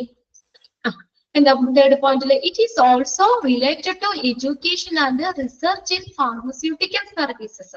അതായത് ഫാർമസ്യൂട്ടിക്കൽ സർവീസ് എന്ന് പറഞ്ഞാൽ ഫാർമസി നടക്കുന്ന സേവനങ്ങളൊക്കെ ഇല്ലേ? ഫാർമസ്യൂട്ടിക്കൽ സർവീസിന്റെ എഡ്യൂക്കേഷൻ, അത് ഇപ്പൊ അവിടെ നൽകുന്ന സേവനങ്ങള്, അപ്പൊ അത് എന്താ പറയാ, അത് പേഷ്യൻസിന് ഒരു കൗൺസിലിംഗ് കൊടുക്കാനോ അല്ലെങ്കിൽ അതുമായിട്ട് ബന്ധപ്പെട്ടുള്ള എഡ്യൂക്കേഷൻ, സ്റ്റാഫുകൾക്കാണെങ്കിലും പേഷ്യൻസിനാണെങ്കിലും മരുന്നുകളെ സംബന്ധിക്കുന്ന വിവരങ്ങളോ അല്ലെങ്കിൽ റിസർച്ച്, പുതിയ പുതിയ മരുന്നുകളുടെ ഗവേഷണം, ഇതൊക്കെ ആയിട്ട് ഈ ഫാർമസി ബന്ധപ്പെട്ടിരിക്കുന്നു എന്നാ പറഞ്ഞേക്കുന്നത്. ഫാർമസ്യൂട്ടിക്കൽ സേവനങ്ങളുടെ എഡ്യൂക്കേഷൻ, റിസർച്ച് എന്നിവയൊക്കെ ആയിട്ട് ബന്ധപ്പെട്ടിരിക്കുന്നു. ഇനി ഹോസ്പിറ്റൽ ഫാർമസി ഗവേൺ ചെയ്യുന്നത്, നിയന്ത്രിക്കുന്നത് ആരാ? കൺട്രോളിൽ ആരാണ്? ഫാർമസിയുടെ കൺട്രോൾ അല്ലെങ്കിൽ ഗവേൺ ചെയ്യുന്നത് ഫാർമസിസ്റ്റ് ആണ്. അതാണ് മിനിമം ഫാർമസിസ്റ്റിന് വേണ്ട ക്വാളിഫിക്കേഷൻ ആണ് ബി ഫാം അല്ലെങ്കിൽ ഡി ഫാം കംപ്ലീറ്റ് ചെയ്തിരിക്കണം. ഓക്കെ, ബി ഫാം അല്ലെങ്കിൽ ഡി ഫാം കംപ്ലീറ്റ് ചെയ്യണം. 2 വർഷത്തെ ഡിപ്ലോമ, ഡി ഫാം എന്ന് പറഞ്ഞ diploma in pharmacy. Okay, bachelor, B farm എന്ന് പറഞ്ഞാൽ bachelor in pharmacy. B farm അല്ലെങ്കിൽ ഡി ഫാം കംപ്ലീറ്റ് ചെയ്യണം. അതാണ് മിനിമം ആട്ടോ, മിനിമം ക്വാളിഫിക്കേഷൻ പറഞ്ഞ ഫാർമസിസ്റ്റിന്റെ. ഇനി ക്ലിയർ അല്ലേ അത്? ഓക്കെ, ഇനി അടുത്തത് ഫങ്ഷൻസ് ആണ്. ജസ്റ്റ് നമുക്കൊന്ന് കുറച്ച് പറ്റുന്ന അത്രയും നോക്കട്ടെ, 10 മിനിറ്റ് അല്ലേ ഉള്ളൂ. ഓക്കെ, ഒന്ന് സ്റ്റാർട്ട് ചെയ്തിടാം. Functions of hospital pharmacy. Hospital ഫാർമസിയുടെ ഫങ്ഷൻസ് എന്തൊക്കെയാണ് അതിന്റെ ഫങ്ഷൻ, പ്രവർത്തനങ്ങളൊക്കെ എന്തൊക്കെയാണ്?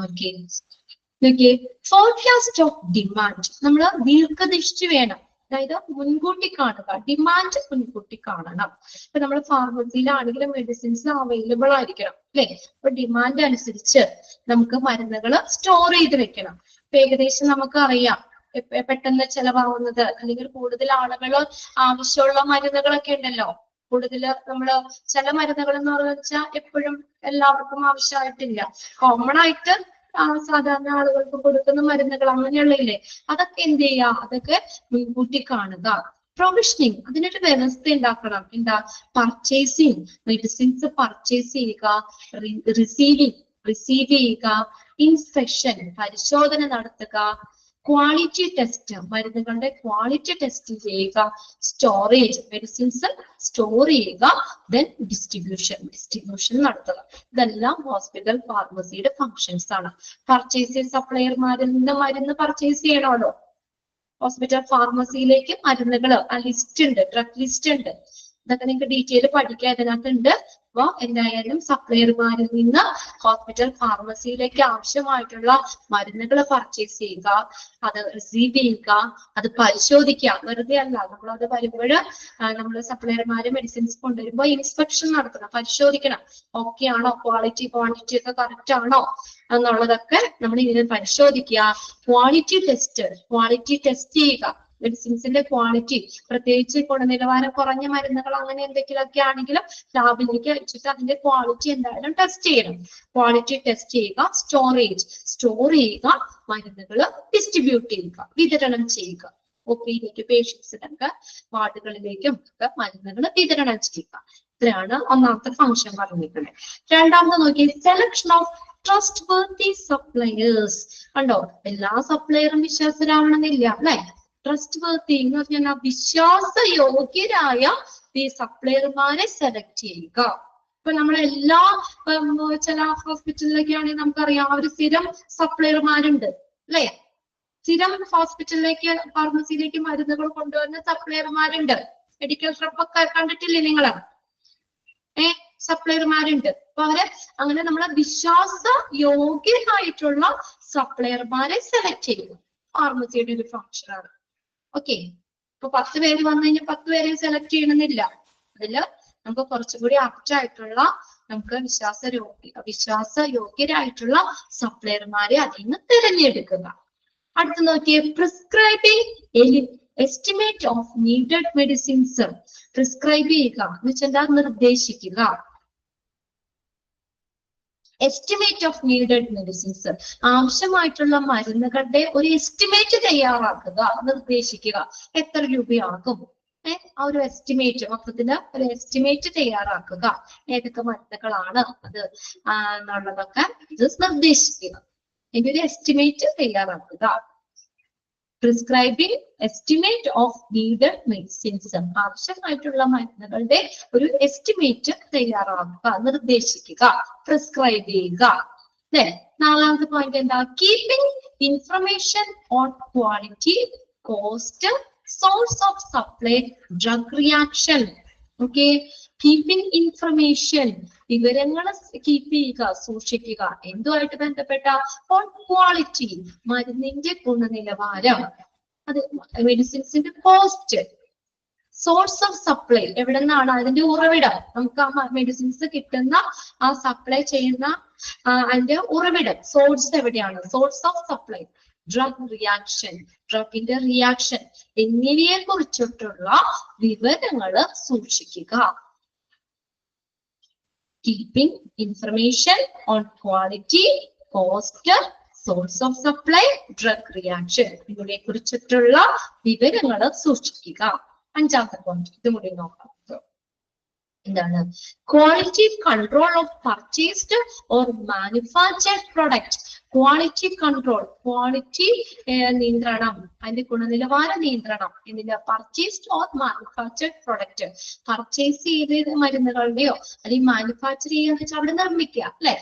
മാനുഫാക്ചർഡ് പ്രൊഡക്റ്റ്, മാനുഫാക്ചർ ചെയ്ത മെഡിസിൻസിന്റെ ഒക്കെ ഗുണനിലവാര നിയന്ത്രണം, ഗുണനിലവാരം നിയന്ത്രിക്കണം. Okay, quality control of purchased or manufactured products. ഒരു പോയിന്റ് കൂടി നോക്കാം. Distribution of medicines in the ward. വാർഡിലേക്ക് മരുന്നുകൾ ഡിസ്ട്രിബ്യൂട്ട് ചെയ്യുക, വിതരണം ചെയ്യുക. Okay, distribution of medicines in the wards. ഒരെണ്ണം കൂടി അതുമായിട്ട് ബേസ് ചെയ്ത അതുകൂടി പറയാം കേട്ടോ. ബാക്കിയത്തെ പോയിന്റ്സ് അടുത്ത ക്ലാസ്സിൽ നോക്കാം.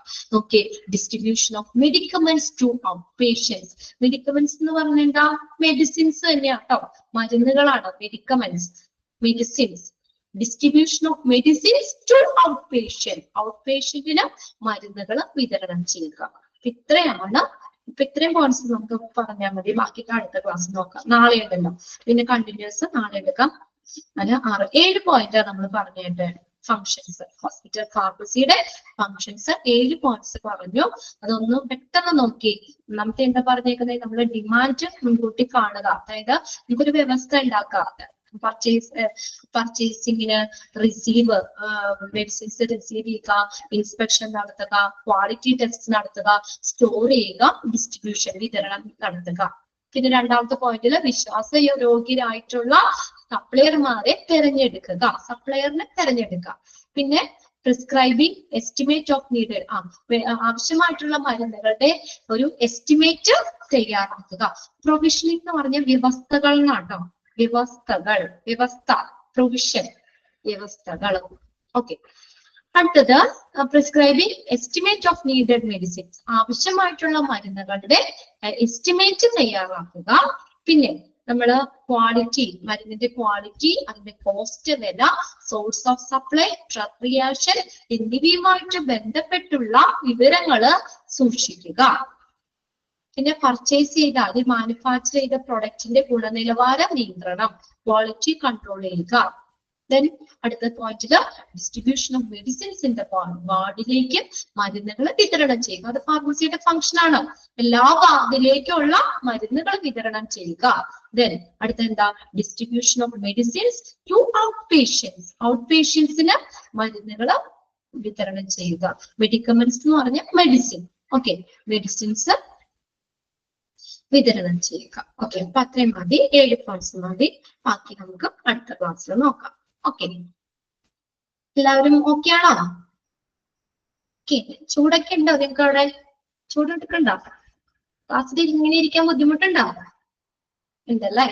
അതെ, കോട്ട് മാറ്റി ഇട്ടിട്ട് നല്ല ചൂടുണ്ട് അല്ലെ? ഡ്രസ്സ്, അതിന്റെ മുകളിൽ ഓവർകോട്ട്, ഈ റൂമിന്റെ ഉള്ളില് 1 മണിക്കൂർ ഇരിക്കുമ്പോഴത്തേക്കും ഫാനൊക്കെ ഉണ്ട്. എങ്കിലും നമുക്ക് ഭയങ്കര ചൂടാണല്ലേ? ഇപ്പൊ താങ്ങാൻ പറ്റാത്ത ചൂടാണ്. അപ്പൊ എല്ലാവരും നന്നായിട്ട് വെള്ളമൊക്കെ കുടിക്കുക. പ്രത്യേകിച്ച് നോമ്പെടുക്കണവരൊക്കെ ഉണ്ട് നമ്മുടെ കൂട്ടത്തില്. വൈകുന്നേരം ആകുമ്പോഴത്തേക്കും വയ്യാതെ ആവില്ലേ? ചൂടും വെള്ളമൊന്നും കുടിക്കാനൊന്നും പറ്റില്ല അവർക്ക്. എല്ലാവരും നല്ല എന്താ പറയാ, നമുക്ക് ശ്രദ്ധിച്ച് നല്ല ഇതൊക്കെ ആയിട്ട് ഹെൽത്തി ആയിട്ടൊക്കെ ഇരിക്കുക. ധാരാളം വെള്ളം കുടിക്കുക കേട്ടോ. ഈ ചൂടത്ത് നമ്മള് ക്ലാസ് ആണെങ്കിലും ഇപ്പൊ ഒരു ക്ലാസ് കഴിഞ്ഞിട്ടാണെങ്കിലും ജസ്റ്റ് നിങ്ങൾ വെള്ളമൊക്കെ കുടിച്ചു ജസ്റ്റ് ഒന്ന് ഫ്രഷ് ചെയ്തിട്ട് വേഗം ക്ലാസ്സിലേക്ക് കയറുക. മാക്സിമം വെള്ളമൊക്കെ കുടിക്കുക. ഒരു നല്ല എന്താ സേഫ് ആയിട്ട് ഇരിക്കുക. ഓക്കെ, ബാക്കി നമുക്ക് നാളെ നോക്കാം, അടുത്ത ക്ലാസ് നോക്കാം. Okay, bye, thank U.